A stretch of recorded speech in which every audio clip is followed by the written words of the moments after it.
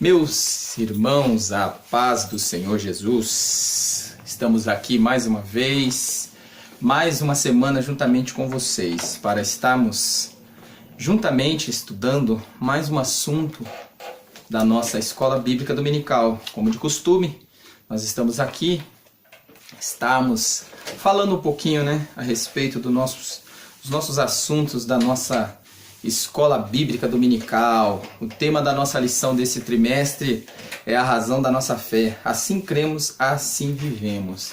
Mais uma lição maravilhosa, mais uma lição de grande valia, para o nosso aprendizado.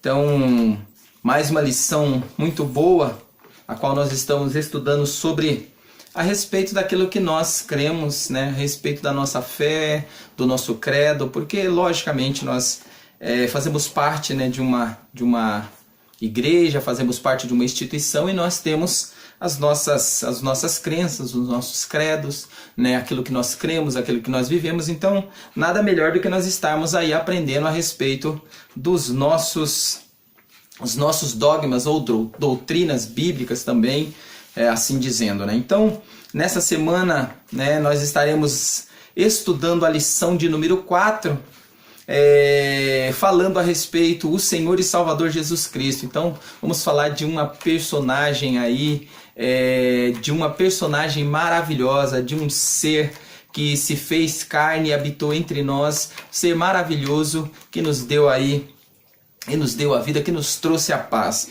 Mas antes de eu entrar aqui, gostaria de estar agradecendo a sua presença, agradecendo a sua colaboração com o nosso canal, o seu like lá que vocês têm deixado.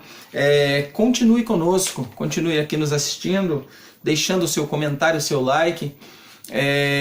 Escreve lá no nosso canal. Quero agradecer aos que têm permanecido conosco.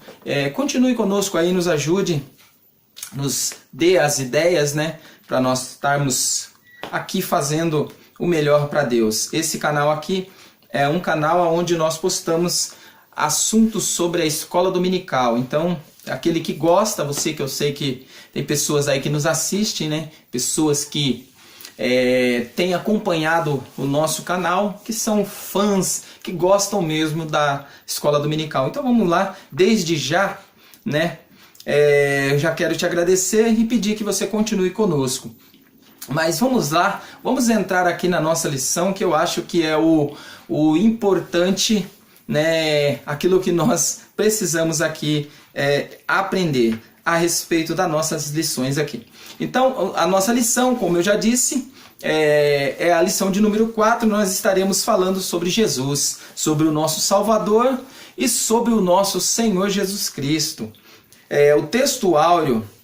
O nosso texto áureo ele está em João, no capítulo 14, verso de número 6, que vai dizer assim: Disse-lhe Jesus, eu sou, primeiro, o caminho, segundo, a verdade e a vida. Ninguém vem ao Pai senão por mim. Então Jesus, ele se apresenta aqui no Evangelho de João, sabendo, entendendo aqui que o Evangelho de João, ele apresenta Jesus como Senhor e Salvador. Então, o Evangelho de João, ele é o que mais fala a respeito, do Jesus Salvador, do Jesus Senhor, daquele Jesus amoroso que veio trazer salvação. Enquanto os outros evangelhos se preocupam com os milagres, se preocupam com algumas coisas, a respeito de Jesus, o Evangelho de João ele está mais tratado aqui sobre o Salvador, sobre o Senhor Jesus Cristo, aquele que viria para trazer a salvação.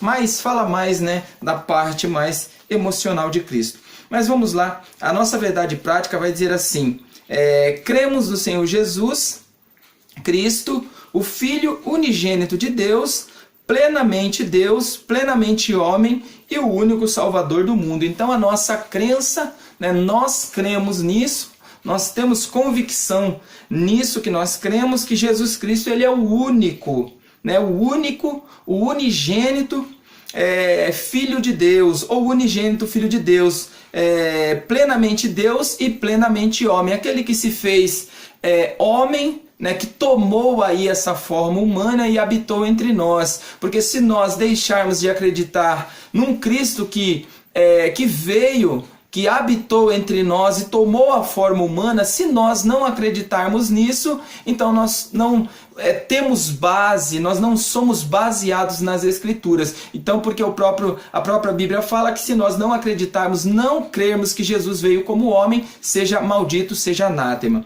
Amém? Então vamos lá. A nossa leitura bíblica em classe, ela se encontra no Evangelho de João, no capítulo 1, no verso 14. Essa parte do Evangelho, né, esse capítulo 1 do Evangelho, é uma das partes mais bonitas, né, dos Evangelhos, no meu ponto de vista, que ele vai apresentar aqui Jesus antes de todas as coisas. Então, quando o Evangelho de Mateus ele trata ali do nascimento de Jesus, o Evangelho de Lucas também ele vai falar a respeito do nascimento de Lucas.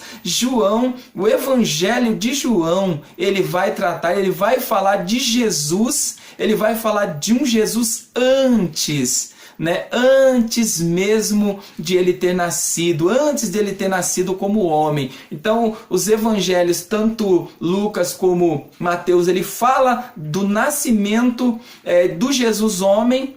O evangelho aqui de João, ele vai falar a respeito do Jesus como Deus, do Jesus antes de todas as coisas. Então vai dizer assim, capítulo 1, verso 1, que vai nos dizer assim: no princípio era o verbo. Esse verbo aqui no grego, né, no original, é o logos, né, que é a palavra, né, que estava ali no princípio com Deus, e o verbo estava com Deus, e o verbo era Deus. Então ele vai falar que a palavra estava com Deus. A palavra no princípio estava com Deus, porque Deus ele conversava, ele dialogava no momento da criação.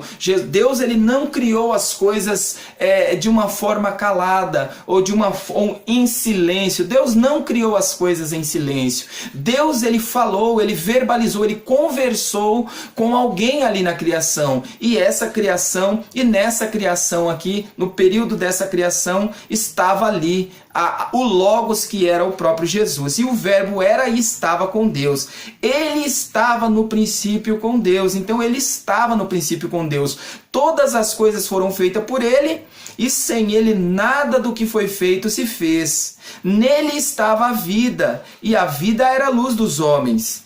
E a luz resplandece nas trevas, e as trevas não o compreenderam. Logicamente, treva jamais vai compreender luz, treva jamais aceitará a luz, né? Então ele é a luz, a treva não aceita. Quando a luz chega nas trevas, as trevas ela é clareada, as trevas ela tem que sair e dar lugar à luz. Houve um homem enviado de Deus, cujo nome era João. Este veio para testemunhar, para que testificasse da luz, para que todos crescem por ele. Não era a luz, mas veio para que testificasse da luz. Ali estava a luz verdadeira, que alumia todo homem que vem ao mundo. Estava no mundo, e o mundo foi feito por ele, e o mundo não o conheceu. Veio para o que era seu, e os seus não o receberam. Mas a todos quantos o receberam, deu-lhe o poder de serem feitos filhos de Deus, aos que creem em seu nome. Continuando aqui no verso 13 e 14, mas antes de eu continuar, eu gostaria de estar enfatizando algo maravilhoso aqui. Enquanto os judeus eles tinham a esperança de um Messias que viria para libertar Israel, Judá, né, ali de uma condenação, ou até mesmo de uma escravatura, de uma escravização romana, ou de uma escravização dos reinos ali que escravizaram Israel.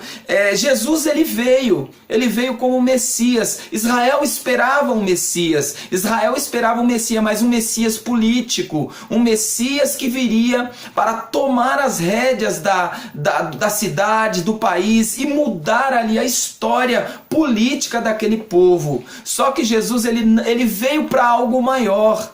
Ele veio para algo além do que Israel pensava. Jesus ele não veio apenas para a nação de Israel. O texto ele vai dizer bem claro, ele veio para os seus, mas os seus não o aceitaram. Só que esse plano que Jesus veio para cumprir, não era um plano somente para Israel. Era um plano que viria abranger toda a humanidade. Então Israel não compreendeu, Israel não entendeu e não aceitou o Cristo, não aceitou o Deus conosco que profetizara o profeta Isaías lá no capítulo 9, que nós vamos estar lendo aí. Mas eles não aceitaram, mas a todos quantos o receberam, deu-lhe o poder de ser feitos filhos de Deus, aos que creram em seu nome. Então todos aqueles que não eram judeu, que não nasceram judeu, aceitaram ao nome dele, aceitaram o seu nome, aceitaram a sua divindade, aceitaram a sua messianidade.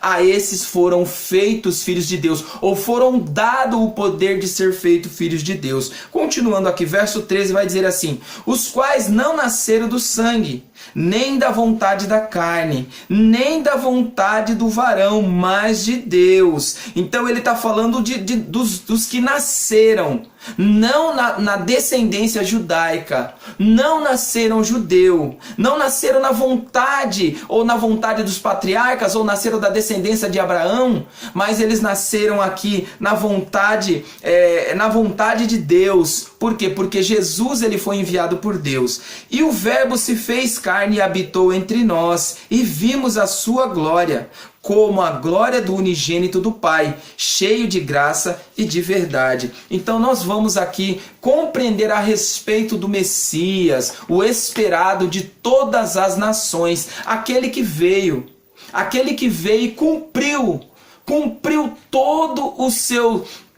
tudo aquilo que estava profetizado sobre ele.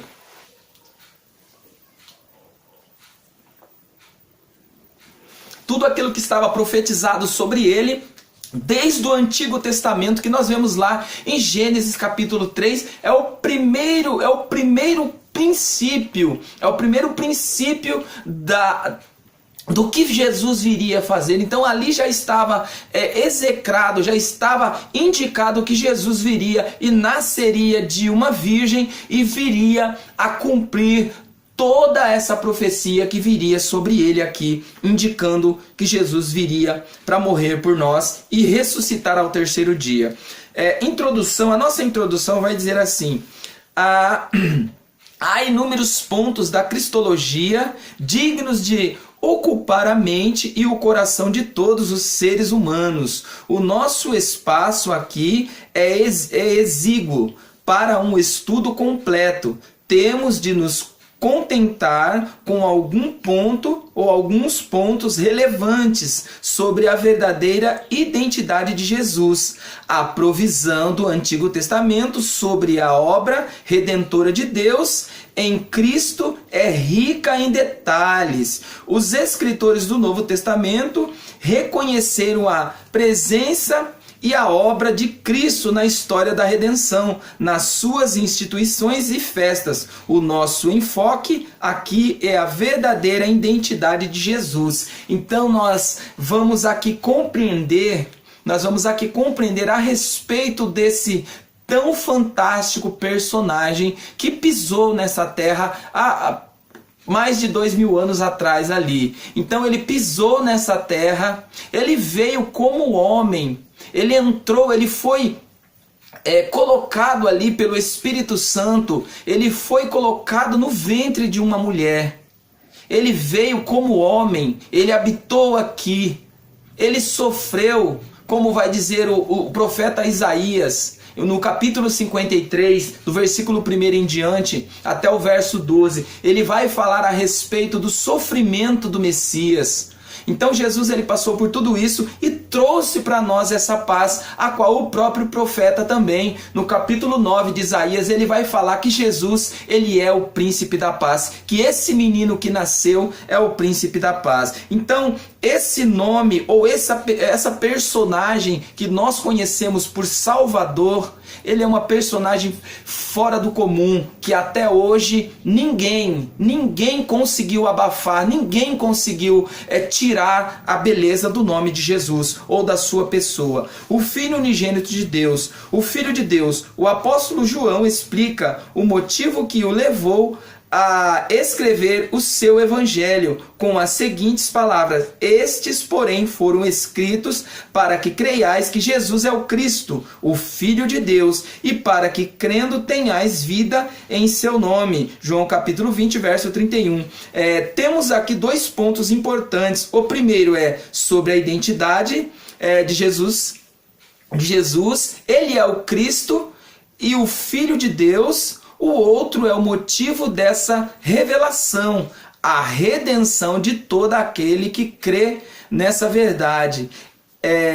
É de toda importância saber o significado do título Filho de Deus. Então nós vamos aqui compreender a respeito do significado desse título, né? Porque esse título Filho de Deus, ele não é dado a Jesus de uma forma, como diz aqui, né, no Concílio de Nicéia, o próprio Atanásio, ele vai falar a respeito de que como Deus pode ser Pai sem a presença ou sem ter um filho, né? Então essa profecia ou esse acontecimento, ele se dá antes de todas as coisas. Então Jesus, ele já estava ali sendo apresentado, ou estava ali já pronto para ser chamado de Filho de Deus antes de todas as coisas. Então Jesus, ele se dá como Filho de Deus. Ele não foi Filho de Deus porque ele nasceu de Deus ou Deus criou. Não, ele fala a respeito da essência. Jesus é Filho de Deus por essência, por excelência, né? Então é isso que o texto vai tratar.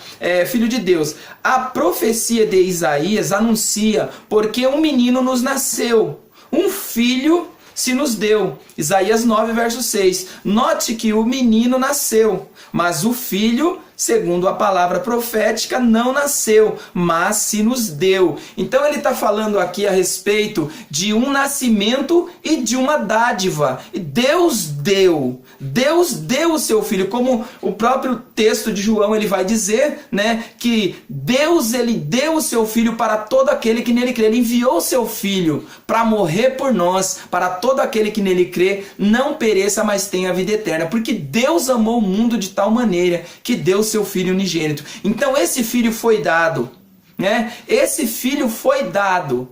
Porém, esse filho também nasceu. O profeta profetiza: olha, esse filho foi nos dado, ou esse menino foi nos dado. Mas também esse menino nasceu,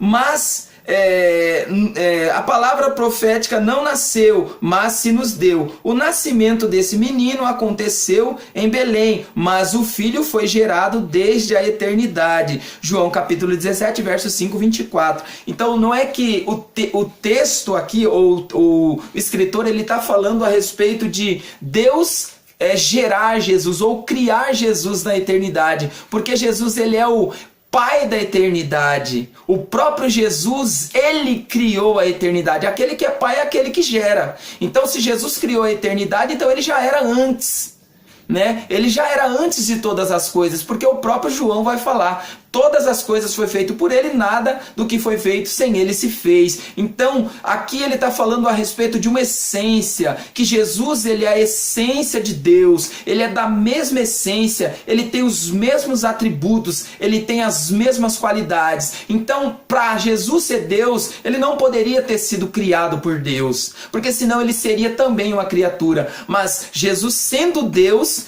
ele é da mesma essência de Deus. Tanto o Pai como o Filho como o Espírito Santo. Mas esse termo, essa terminologia Filho de Deus, se dá para nós podermos entender. Porque uma coisa é certa: Jesus, ele se fez Filho de Deus porque ele obedece. Ele veio para obedecer. A própria Bíblia vai falar, né? O próprio João vai falar que Jesus, ele se submeteu à vontade do Pai. Ele veio para cumprir a vontade do Pai. Ele veio para revelar. Uma das coisas que Jesus, ele veio fazer nessa terra foi revelar ao Pai. Nós não conhecíamos, o povo não conhecia, porque o que se entende de Deus, como que se fala lá em Romanos capítulo 1, aquilo que se entende ou que subentende de Deus é o que está revelado.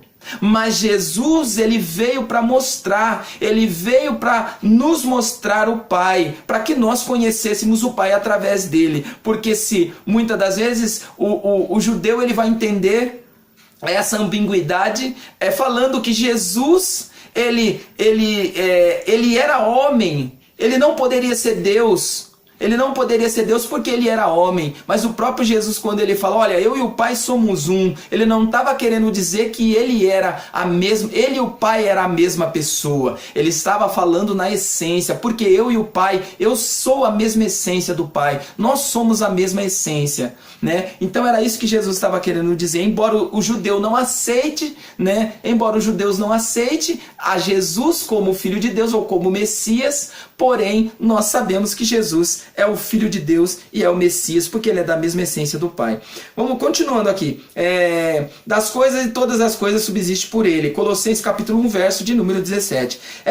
Como disse Atanásio, como eu estava dizendo, em resposta aos arianistas, referindo-se à eternidade de Jesus. O Pai não seria Pai se não existisse o Filho. Então, isso aqui ele estava fazendo uma resposta, ele estava dando uma resposta aos arianistas, né? Porque não tinha como o Pai ser Pai se não existisse um Filho. Ele vai falar do Filho primogênito, ele vai falar também do unigênito. O unigênito é aquele que é único, que é da mesma essência, né? Não é gerado pelo Pai, não foi criado pelo Pai, mas é da mesma essência. Então, quando se trata do Filho unigênito de Deus, ele está falando aqui que o Filho, que Jesus é da mesma essência do Pai. Significado. O significado do termo filho nas Escrituras é amplo. Uma das acepções diz respeito à mesma natureza do Pai. Então, aqui nós já estamos entendendo aqui a respeito do Filho, porque ele é da mesma natureza do Pai, que está lá em João 14, verso 8 e 9. Quando Jesus se declarou Filho de Deus, ele estava reafirmando sua divindade. E os judeus entenderam perfeitamente a mensagem. João 5, 17 e 18. O mestre diz, eu e o Pai somos um.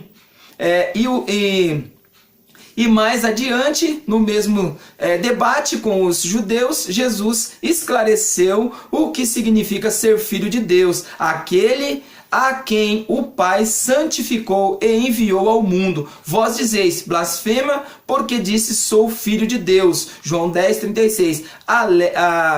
Alegar que Jesus não é Deus, mas o Filho de Deus, como fazem alguns, é uma contradição. Então, nós entendemos a respeito de Jesus como Filho de Deus num contexto de que Jesus ele veio cumprir a vontade do Pai. Então, Jesus ele se submeteu à vontade do Pai. Jesus ele veio porque o Pai o enviou. Né? Então ele veio se submeter à vontade do Pai. Ele veio trazer um exemplo de submissão, né? Não que Jesus ele tinha sido criado pelo Pai, mas nós compreendemos aqui Jesus como filho por se submeter agora à vontade do Pai. Continuando aqui, gostaria de estar lendo o livro de Isaías, né? E eu vou ler o livro de Isaías e vou fechar, né, com esse capítulo. Vou fechar com esse capítulo porque eu acredito que seja o capítulo de Isaías, ou o livro de Isaías, ele vai falar mais, que ele é considerado como o evangelho, né, o evangelho aqui do Antigo Testamento, porque ele fala muito sobre o Messias. Então vamos lá, entendendo aqui, primeiro aqui eu gostaria de estar lendo Isaías no capítulo 9. Capítulo 9 vai dizer assim, olha só, o advento e o poder do Messias. Verso 2, 9 verso 2 diz assim, o povo que andava em trevas viu uma grande luz, e sobre os que habitavam na região da sombra da morte resplandeceu a luz. Tu multiplicaste este povo, a alegria lhe aumentaste, todos se alegrarão perante ti, como se alegram na ceifa, e como exaltam quando se repartem os despojos, porque tu quebraste o jugo que pesava sobre ele, a vara que lhes feria os ombros, e os cetros do seu opressor, como no dia dos midianitas. Porque toda a armadura daqueles que pelejavam com ruído e os vestidos que rolavam no sangue serão queimados, servirão de pasto ao fogo. Porque um menino nos nasceu, um filho se nos deu, e o principado está sobre os seus ombros, e o seu nome será maravilhoso, Conselheiro, Deus forte, Pai da eternidade e príncipe da paz. Do incremento deste principado e da paz não haverá fim sobre o trono de Davi, e no seu reino, para o firmar e o fortificar em juízo e em justiça, desde agora para sempre. O zelo do Senhor dos Exércitos fará isto. Então você vai ver aqui que é uma promessa, uma profecia com uma promessa, que do rebento aqui, né, do trono de Davi sairia um. Então a promessa, essa é uma das promessas que os judeus, né, que Israel, eles esperam até hoje, né, que do trono de Davi descender um que vai sentar no trono de Davi. Então Israel, ele ainda esperam essa promessa. Então Israel, eles ainda estão esperando, mas segundo as escrituras, esse rebento, ou esse filho, ou esse menino que nasceria, ele viria da descendência de Davi e sentaria no trono de Davi. Porém, ele veio, mas os seus não aceitaram como rei, crucificaram, mas ele retornará, né, com a sua igreja e assentará ali no trono de Davi. Mas isso será após a grande tribulação.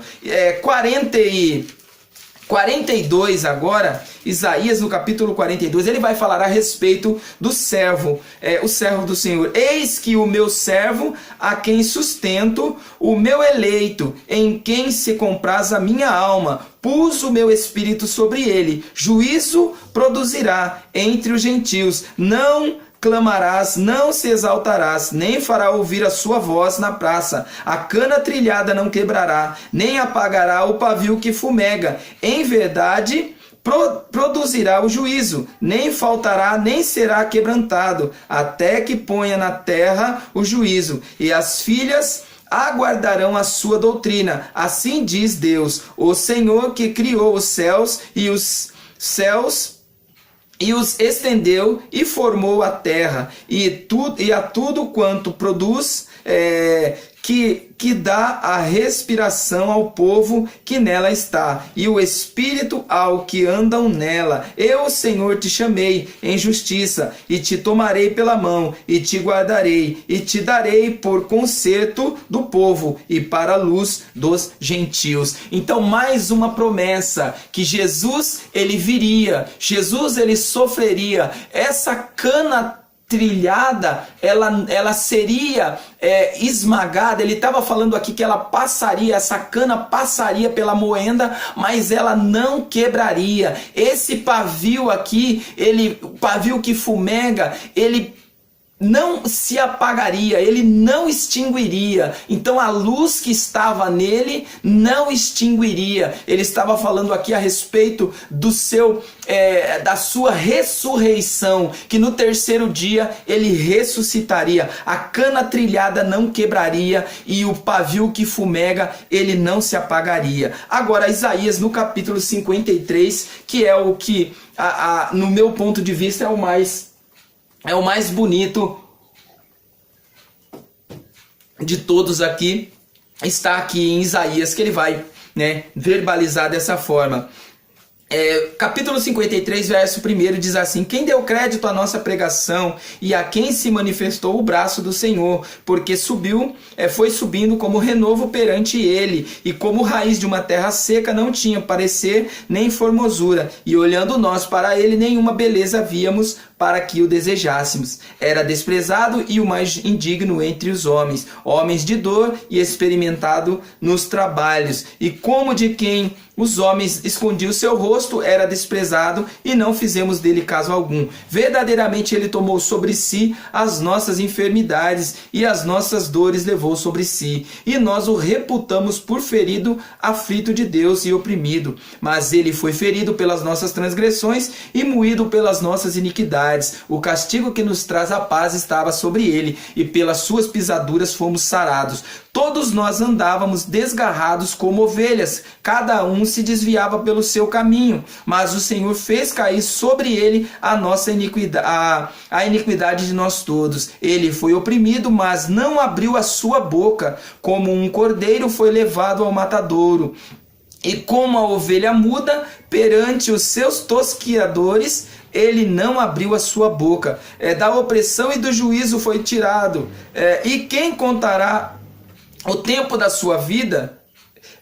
Porquanto foi cortado da terra dos viventes, pela transgressão do meu povo foi ele atingido. E puseram a sua sepultura com os ímpios e com os ricos na sua morte, porquanto nunca fez injustiça, nem houve engano na sua boca. Todavia ao Senhor agradou moê-lo, fazendo-o enfermar. Quanto à sua alma se puser por expiação do pecado, verá a sua posteridade, prolongará os dias, e o bom prazer do Senhor prosperará na sua mão. Então você vai ver aqui o profeta Isaías profetizando toda a vida do Messias, tudo aquilo que iria acontecer com o Messias. Então você vai ver que ele vai apresentar aqui tudo aquilo que iria acontecer.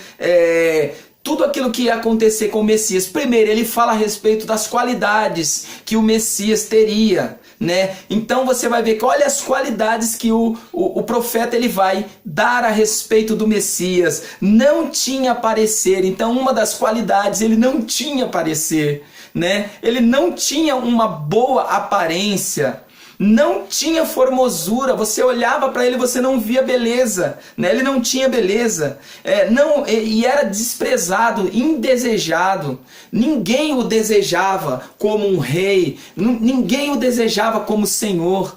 As pessoas olhavam para ele e via uma pessoa simples, um trabalhador comum, né? Uma pessoa que não tinha um porte aí de um rei. Ali quando o próprio Davi foi chamado, né? Foi chamado ali por Samuel. Você vê que antes disso aparecem os seus irmãos. Cada um dos seus irmãos tinha um porte de soldado, tinha uma beleza sem igual que os diferenciava. Porém, quando chama Davi, um menino pequeno, ruivo, que tinha cheiro de ovelha, que vivia no campo, quem colocaria uma pessoa dessa para reinar no lugar de Saul? Mas Jesus, da mesma forma, foi apresentado como uma pessoa que não tinha parecer, não tinha formosura, não tinha beleza e era indesejado. A sua aceitação entre o povo, olha só, o povo, o que o povo, será que aceitaram Jesus? Jesus era desprezado, então a sua aceitação foi desprezível. Era o mais indigno, né? Ele era o mais indigno entre todos. Viraram o rosto para ele, não fizeram caso algum dele, não se preocuparam, não ligaram para ele. Ele veio para os seus, mas os seus não quiseram nem saber, viraram as costas para ele. A sua vida pública, Jesus era um homem de dores. Jesus ele sofreu, Jesus ele chorou, Jesus ele se lamentou com algumas coisas. Jesus foi experimentado nos trabalhos. Jesus trabalhou igual a todos ele trabalhou, ele foi experimentado no trabalho. Então você vai ver que Jesus aqui na sua vida pública, ele teve passou por isso, para quando chegarem diante dele, Senhor, o Senhor não sabe o que é ser humano. Jesus vai falar, eu sofri igual você, eu trabalhei, eu suei, eu chorei, eu sorri, né? Então eu tive as minhas necessidades básicas, seu sofrimento. Agora o que pesa mais na nossa vida aqui, o que Jesus sofreu por nós. Ele foi ferido pelas nossas transgressões, ele foi moído pelas nossas iniquidades. Além de ser ferido, ele foi moído. O castigo que estava sobre ele nos trouxe a paz, né? Então o castigo que veio sobre Jesus, o que era para ser nosso, porque segundo a lei, ela pedia que alguém viesse entregar a sua vida, o seu sangue, para cobrir o pecador, para cobrir o pecado do pecador. Mas Jesus, ele se submeteu a isso. Agora, a sua obediência, Jesus, ele foi obediente. O Senhor fez cair sobre ele as nossas iniquidades. Ele foi oprimido, mas não abriu a sua boca. Ele foi torturado, ele sofreu, né? Ele foi maltratado por cada um de nós. Agora, tudo se cumpriu nele. Todas as coisas se cumpriu nele. Então Jesus, ele veio para cumprir todas as coisas nele. Então olha só, quando Deus enviou seu Filho ao mundo, Deus enviou para que tudo viesse se cumprir nele. Então Jesus, ele cumpriu toda a Escritura. Quando Jesus entrou no templo, né, ele lendo uma passagem do profeta Isaías, ele fala, se eu não me falha a memória, Isaías 49, né, ele fala que aquilo tinha se cumprido nele. Ele lendo as Escrituras, ele fala, o Espírito do Senhor está sobre mim, porque eu vim para cumprir, ele veio para cumprir todas as coisas. A humanidade aqui de Jesus, e nós vamos encerrar aqui, o Verbo se fez carne. O prólogo do Evangelho de João começa com a divindade de Jesus e conclui com a sua humanidade. O Senhor Jesus Cristo é o verdadeiro Deus e o verdadeiro homem. A sua divindade está presente na Bíblia inteira, de maneira direta e indireta. Então você vê que quando ele começa, o próprio Evangelho de João, ele começa, né, com Jesus ali antes de todas as coisas, porque ele aparece ali como Logos do Pai, né, como a palavra ali revelada, e depois ele no final do seu evangelho, ele aparece Jesus ali como homem. As características humanas, assim como as Escrituras revelam a deidade absoluta de Jesus, da mesma forma, elas ensinam que ele é plenamente homem, Jesus Cristo homem. 1 Timóteo capítulo 2, verso 5. Então, como as Escrituras dizem, se nós não acreditarmos que Jesus veio como homem, então nós somos malditos. Por quê? Porque todo aquele que crê que Jesus veio como homem, veio de Deus. Terceira, necessidade da encarnação do Verbo. Jesus foi revestido de corpo humano porque o pecado entrou na humanidade por meio do casal Adão e Eva, seres humanos, e pela justiça de Deus. O pecado tinha de ser vencido também por um homem ou por um ser humano. Romanos 5, 12 e 17 e 19. Essa questão ela se dá por quê? Porque o pecado do homem foi um pecado na carne. Então, o homem ele não teria condições dele mesmo entregar a sua vida para poder ser perdoado ou para perdoar os demais. Então o homem em si só, ele já está condenado, mas Jesus ele foi enviado para morrer por nós. Ele veio, se fez carne e cumpriu toda a lei na sua carne. Ele pagou o nosso preço, porque a lei ela exigia alguma coisa. A lei ela queria alguma coisa em troca, né? Então Jesus ele veio e pagou, rasgou essa cédula que nos fazia devedor para o pecado, para o mundo, né? E para a morte. Então nós estávamos condenados à morte, porque quando Deus fala lá, quando o homem pecou,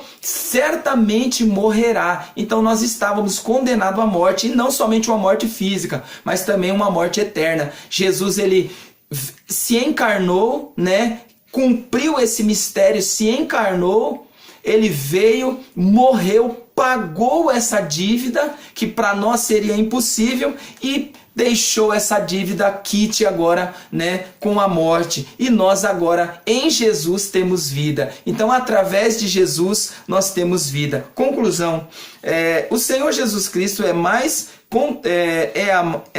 o Senhor Jesus Cristo é a mais controvertida de todas as personagens da história, porque é o único que é o verdadeiro Deus e o verdadeiro homem. E a sua verdadeira identidade só é possível pela revelação. Isso revela a sua divindade. Então, entender Jesus é servi-lo. Entender Jesus é cumprir os mandamentos, é servir a Deus. Porque nós não podemos conhecer Jesus ou entrar no reino de Deus se nós não aceitarmos o sacrifício vicário de Jesus. Porque Jesus ele veio, ele cumpriu a lei em si, porque foi o único que foi capaz de cumprir a lei nele, né? A ovelha ou o carneiro, ele só fazia com que o pecado do homem fosse esquecido por algum tempo, mas o homem continuava pecador. Mas quando Jesus ele entrou pela última vez, né, pela uma única vez, com o seu próprio sangue ali no Santo dos Santos, ele rasgou aquele véu que separava o homem de Deus e fez agora com que o homem se tornasse agora filho de Deus, porque somente através de Cristo nós nos tornamos filhos de Deus. Então você pode também se tornar um filho de Deus através de Jesus Cristo. Então desde já eu quero te agradecer e de que você continue conosco, nos assista até o final, né? Se você chegou aqui, claro que você assistiu até o final, mas continue conosco que nós estaremos aqui continuando postando aí as nossas lições. Em nome de Jesus, eu gostaria de te agradecer pela sua presença conosco. Deus abençoe você.